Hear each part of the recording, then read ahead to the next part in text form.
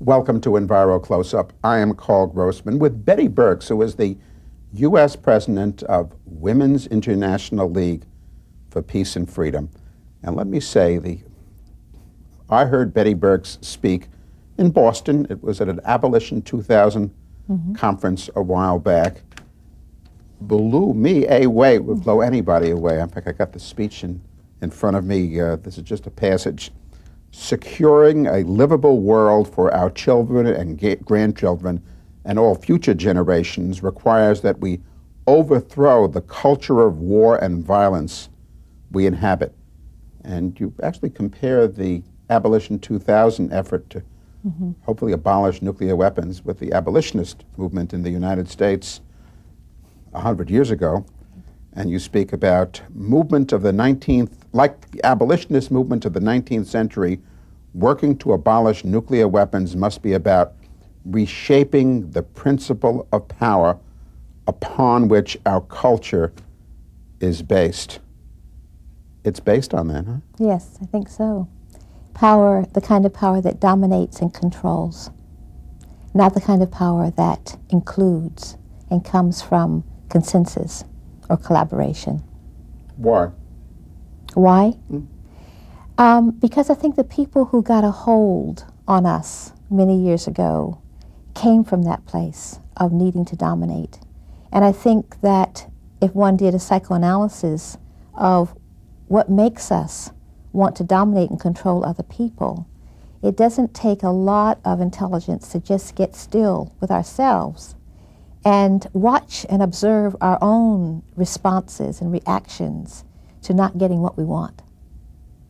And because I work with children, that children are my inspiration, it's where I spend most of my time, I'm very aware of my relationship with them. And our government is in the same kind of power dynamic. I choose to use my power in a different way. But I can see quite easily how convenient it is to overpower, to dominate, to control, to maintain one's own position of authority. And I think we're not good at it as a culture, as a people, maybe because we haven't been on this planet very long. I don't know the reason why, but there's nothing in my upbringing, there's nothing in the culture that I grew up with that's given me the skills to live sustainably with other human beings. The skills that I've learned have not grounded me in the kind of respectful living that that we need to have to live on this planet sustainably. And it comes out of this culture of domination and power over that has been with us for a very, very long time. Betty, what can be done about that, and what is WILF doing about it?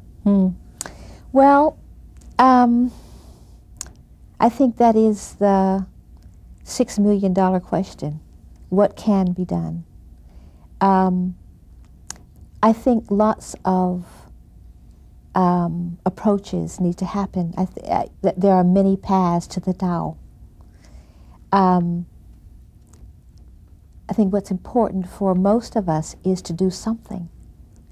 And what I'm afraid of is that large sections of people in this country are in such despair and fear and discouragement that they're doing nothing, that survival and how they define that survival is defined for them often is so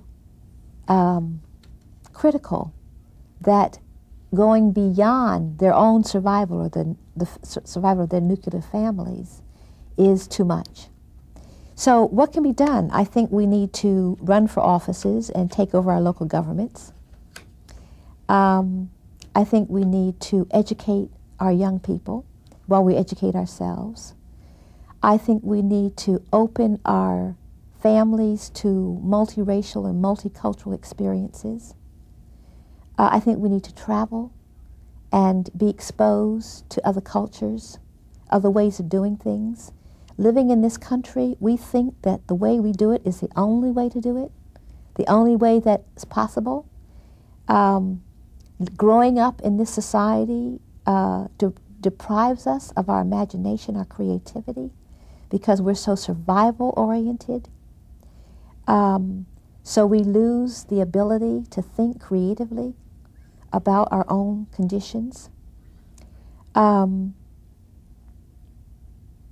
Breathing deeply and appreciating where we are and simplifying our lives. Joining with other people to organize and become activists around local issues, but not ever forgetting to think globally, because our local issues are very connected to the global issues, especially with all this talk of capitalist globalization. Reading the alternative press.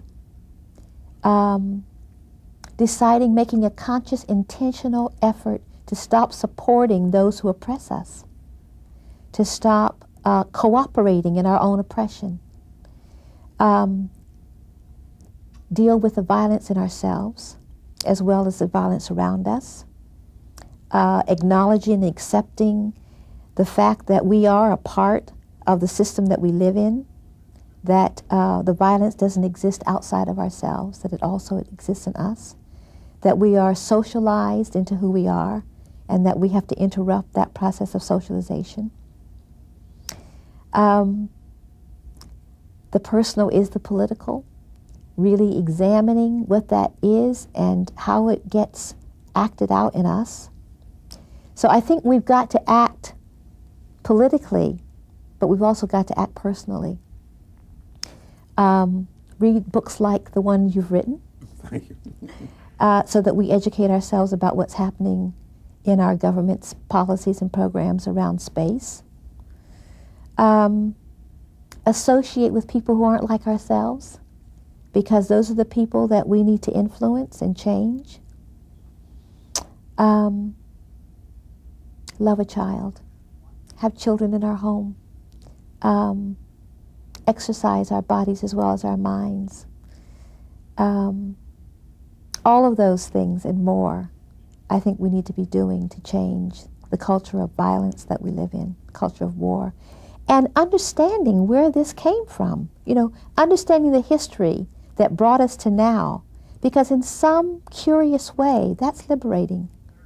Knowing that this has been going on for a long time, that we might change it, we might not change it and undo it in our lifetime, but that we can begin in our lifetime to be a part of the history, the radical, progressive history that we are a part of.